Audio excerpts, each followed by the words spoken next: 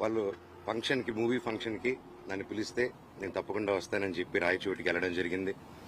వెళ్ళి ఆ రోజంతా నేనంతా అక్కడ టైం స్పెండ్ చేసి ఈవినింగ్ ఫంక్షన్ చూసుకొని అక్కడ ఆ ఫంక్షన్లో కూడా నేను మాట్లాడడం జరిగింది. తొక్కుదామని చూస్తున్నారని. ఎందుకురా వీడు ఆడియో ఫంక్షన్కి వచ్చి ఇది ఒక ట్రైలర్ టీజర్ లాంచ్కి వచ్చి ఒక మంచి మూవీ ఫంక్షన్కి వచ్చి ఎందుకు ఇది అన్నాడు. ఎందుకన్నానంటే అన్న, నేను అక్కడికి వెళ్ళి ఫంక్షన్కి స్టేజ్ ఎక్కక ముందు నేను ఈ ప్రాంతంలో ఉన్నానని చెప్పి ఇక్కడ ఎవరైతే మనకు సపోర్ట్గా ఉన్నారో, ఎవరైతే కొంచెం గొంతు విప్పి కొంచెం ముందుకొచ్చి నాకు లెటర్లు పంపించి ఇక్కడ జరిగే అన్యాయాలు చెప్తున్నారో వాళ్ళ మీద దాడులు మొదలుపెట్టారు. ఎప్పటి నుంచో ఆ దాడులు బయటికి చెప్పుకోలేరన్న ఇక్కడ. ఎందుకంటే ఎన్నో కోట్లు పెట్టి వాళ్ళ పొలాలు కొనుక్కొని కొంతమంది ఇక్కడే వాళ్ళ పొలాల మీద బిల్డింగ్లు కట్టుకొని ఎన్నో కోట్లు ఖర్చు పెట్టి లోన్లు తీసుకొని బిల్డింగ్లు కట్టుకొని వచ్చే డబ్బు మీద, వచ్చే ఫీజుల మీద, వచ్చే హాస్టల్ రెంట్ల మీద బ్రతుకుతున్నారు. అలాగే వాళ్ళకు వచ్చేది అన్న దాంట్లో నుంచి హేమాద్రి నాయుడు వీళ్ళందరూ కలిసి కొట్టి బెదిరించి ప్రతి ఒక్కరి దగ్గర డబ్బు వసూలు చేస్తున్నారు.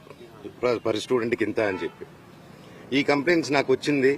ఇదేంటి ఇలా జరుగుతున్నాయంట, ఇవన్నీ మనుషుల్ని పంపిస్తున్నారు, ఇలా కొట్టిపిస్తున్నారు అని చెప్పి నేను క్వశ్చన్ రేజ్ చేసిన తర్వాత నా మీద ఇలా అబండాలు వేయడం, కుటుంబ సమస్యలని చెప్పడం, ఇదంతా ఒక మీడియా హెడ్గా ఇంతకుముందు పనిచేసి ఇప్పుడు మీడియా బ్యాక్గ్రౌండే లేకుండా ఒక క్యాంపస్కి, ఒక ఎడ్యుకేషన్ 17,000 మంది స్టూడెంట్స్కి హెడ్గా ఉండి క్యాంపస్ నడిపిస్తూ ఇక్కడ ప్రతి ఒక్కరిని బెదిరించుకుంటూ ఒక క్వశ్చన్ అడిగితే ఒక మీడియా స్టైల్ వీడి మీద ఒక స్టోరీ క్రియేట్ చేయడం, అలాగా వీడి మీద ఒక స్టోరీ క్రియేట్ చేసి వీడు తాగేసి వచ్చి ఆస్తుల కోసం అడుగుతున్నాడు, కొట్లాడుతున్నాడు అని చెప్పి, సరే వీడినంటే ఇంక్లూడ్ చేస్తే వీడు వినడు, వీడి వైఫ్ ని ఇంక్లూడ్ చేద్దాం, వీళ్ళ పిల్లల్ని ఇంక్లూడ్ చేద్దాం, సరిపోతే వాళ్ళ అమ్మని కూడా ఇంక్లూడ్ చేద్దాం అనుకుంటూ లేడీస్ మీద టార్గెట్ చేయడం మొదలుపెట్టారు.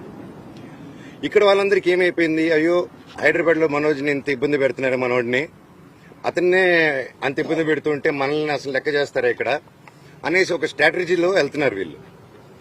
అన్న, నా సైడ్ నిజం ఉంది, వాళ్ళ సైడ్ నిజం లేదు, వాళ్ళని ఒక్క ప్రూఫ్ ఇమ్మనండి. నా దగ్గర అన్ని ప్రూఫ్లు ఉన్నాయి. సో ఇది on going issue.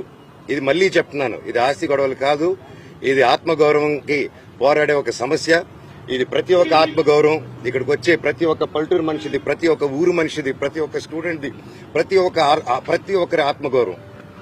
Telangana government లో నేను వెళ్లి వెంటనే కంప్లైంట్ చేయగానే డీజీ గారికి, మా కమిషనర్ సుధీర్ బాబు గారికి, అలాగే మా పాడి షరీఫ్ సిఐ, ప్రతి ఒక్కరికి సిఐ గారికి, ప్రతి ఒక్కరికి మేము గురువారెడ్డి గారికి, ప్రతి ఒక్కరికి మేము అక్కడ వినపం చేసి ఆ బౌన్సర్ది మీరంతా టీవీలో చూశారు. అక్కడ కాబట్టి బయటకు వచ్చేసింది, అప్పుడు ప్రెస్లో వచ్చింది కాబట్టి అందరూ ధైర్యం చేసి చెప్పారు కాబట్టి కోర్టు నుంచి ఆర్డర్స్ వచ్చి బౌన్సర్స్ ఉండకూడదని చెప్పి కమిషనర్ గారు కూడా స్ట్రిక్ట్ ఆర్డర్స్ ఇచ్చి అక్కడ కంట్రోల్ చేయగలిగారు. నేను లాస్ట్ టైం ఇక్కడికి వచ్చినప్పుడు, గొడవలకు వచ్చినప్పుడు నేను క్లియర్ గా నేను చెప్పాను, సిఐ గారికి, డిఎస్పీ గారికి క్లియర్ గా చెప్పాను, సార్ ఇలా ఉందంటే వాళ్ళు ఇమీడియట్ గా యాక్షన్ తీసుకొని కంట్రోల్ చేశారు అప్పుడు ఇష్యూని. దానికి నిజంగా thank you very much sir, immediate గా రెస్పాండ్ అయినందుకు. ఈ రోజు నిన్న జరిగిన ఇష్యూలో టక్కని ఒక 10 మంది, నేను కరెక్ట్ గా స్టేజ్ ఎక్కక ముందు కాల్స్ వచ్చింది నాకు, అన్న కూడా పక్కనే ఉన్నారు. టక్కని కాల్స్ వచ్చింది, ఇలాగ మన అనిల్ని ఎఫ్ఐలో అందరూ బౌన్సర్స్ అందరూ ఒక 16 మంది కర్రలు, కటార్లు, రాడ్లతో వచ్చి ధ్వంసం చేశారు. ఎందుకంటే కొద్ది రోజుల క్రితం ఈయన మన క్యాంపస్ లో ఉన్నప్పుడు వినయ్ గారు పలువురు చాలా మందితో అదే హెడ్స్ తో కూర్చొని అందరూ హాస్టలర్స్ కూర్చొని చెప్తూ ఉంటే నిలబడి, సార్ ఇక్కడ టెర్రరిస్టులు లేరు, పిల్లలే, ఇంత బౌన్సర్స్ ఎందుకు సార్, వాళ్ళు కొంతమంది బౌన్సర్స్ రాత్రి అయితే తాగేస్తున్నారు, ఇక్కడ గొడవలు చేస్తున్నారు, దయచేసి వాళ్ళతో ఇవి అవుతుంది, ప్రొఫెషనల్ సెక్యూరిటీ గార్డ్స్ ని పెట్టండి సార్, ప్రొఫెషనల్ ఆర్మీ వాళ్ళని పెట్టండి సార్, ఆల్రెడీ ఆర్మీ వాళ్ళు కొంతమంది ఉన్నారు, ఇంకా పూర్తిగా వాళ్ళని పెట్టి డిసిప్లైన్ గా ఈ అలవాట్లు నేను వాళ్ళని సెలెక్ట్ చేసి పెట్టాలి ఇంతమంది స్టూడెంట్స్ ఉన్నప్పుడు. నేను ఫస్ట్ నుంచి ఒకటే చెప్తున్నా, మా ఏరియాలో ప్రతి ఒక్కరిని భయాంతులతో గురి చేస్తున్నారు. సో మళ్ళీ చెప్తున్నాను, ఇక్కడ వీళ్ళని ప్రతి ఒక్కరిని ఇప్పుడు ఈ రోజు కొట్టు మూసుకొని పారిపోయాడు, వీరు నోటీస్ చేస్తే నేను గొడవ అయిన వెంటనే సీసీటీవీలు లాక్కొని వెళ్ళడం, హైదరాబాద్ లో కూడా నా ఇంట్లో నుంచి సీసీటీవీలు లాక్కొని వెళ్ళడం, ఎక్కడే గొడవ జరిగినా సీసీటీవీలు లాక్కొని వెళ్ళడం. సో ఇది ఆనవాయితీ అయిపోయింది. So as it is same repeat అవుతుంది ప్యాటర్న్. దయచేసి నేను రిక్వెస్ట్ చేస్తున్నాను, ఎమ్మెల్యే గారిని కూడా నేను ట్రై చేశాను, సార్ నాని గారు మీకు నమస్కారం, ఇక్కడున్న ప్రతి ఒక్కరూ మీకు సపోర్ట్ చేసి ఓట్లు వేశారు సార్, అండ్ మీకు తెలుసు ప్రతి ఒక్కరు నిలబడి సపోర్ట్ చేశారు. ఇక్కడ ప్రజలందరికీ మీ సపోర్ట్ కావాలి sir, we are doing a good governance. ఇక్కడ కూడా ఈ సమస్యలు మీ దృష్టికి తీసుకొస్తున్నాను, తీసుకొచ్చి ఇక్కడ మన వాళ్ళకి ప్రతి ఒక్కరికి సేఫ్టీ కలిగండి సార్. అంతే, ప్రతి ఒక్కరికి మీరు ధైర్యం ఇవ్వండి, నేను అడిగేదాన్ని ఏమి ఇవ్వకండి, వాళ్ళకి ధైర్యం ఇవ్వండి.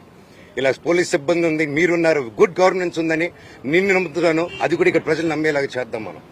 గత 5 years గా, గత కొద్ది సంవత్సరాలుగానే వీళ్ళని 3-4 years గా అసలు ఎలా ఉందంటే 3 years బ్యాక్ ఇలా లేదండి. ఎప్పుడు నాన్నగారు ఇది చూసుకున్నంత కాలం ఇది ఇలా లేదండి. ఆయన 10 మందికి హెల్ప్ చేయాలని స్టార్ట్ చేసిన క్యాంపస్ 3 years నుంచి ఏమైందో తెలియదు.